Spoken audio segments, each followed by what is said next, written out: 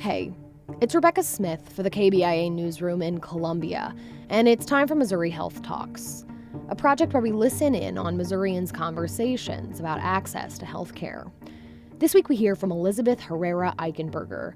She's the executive director of True North of Columbia, an organization that supports survivors of domestic and sexual violence. She spoke about their Men as Allies program and about the role men can play in reducing violence against women. Here's Elizabeth. I think that this is a little controversial. I think men are both perpetrators, but they're also victims of the system in a way. I think the way we socialize our men has a deep-rooted impact in their psychological and emotional well-being. I also think that the way we approach relationships and the lack of education on healthy relationship and boundaries also contributes to violence towards women.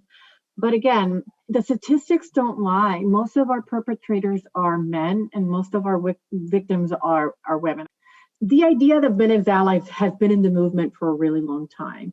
I'm very passionate about male violence. I have two sons, and I always think about how am I helping and shaping them to develop into healthy men that are in tune with their emotions and don't feel that they need to have ownership or need to overpower anyone.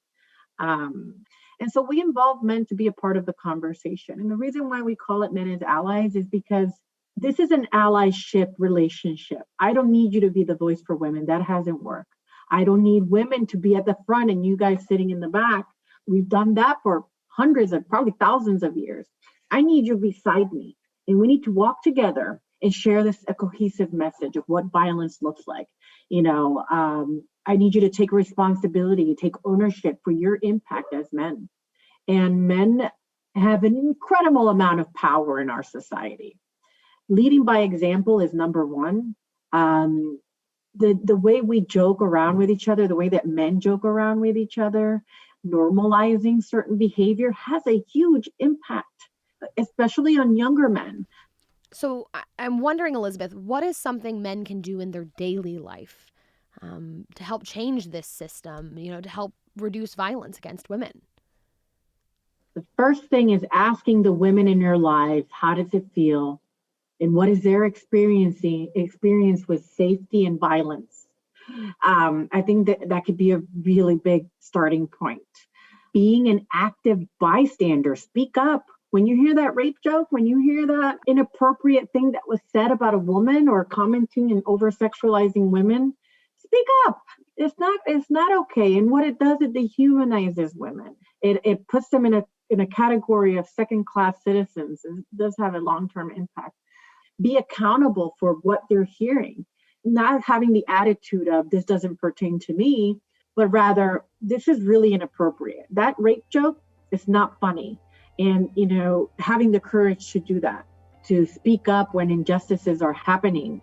Do not be a silent bystander. You have power, and you have a lot of power. Use it for the greater good. The world will be transformed by your example. That's how powerful you are. That was Elizabeth Herrera Eichenberger of True North of Columbia, speaking about the role and responsibility men can take to reduce domestic and sexual violence against women.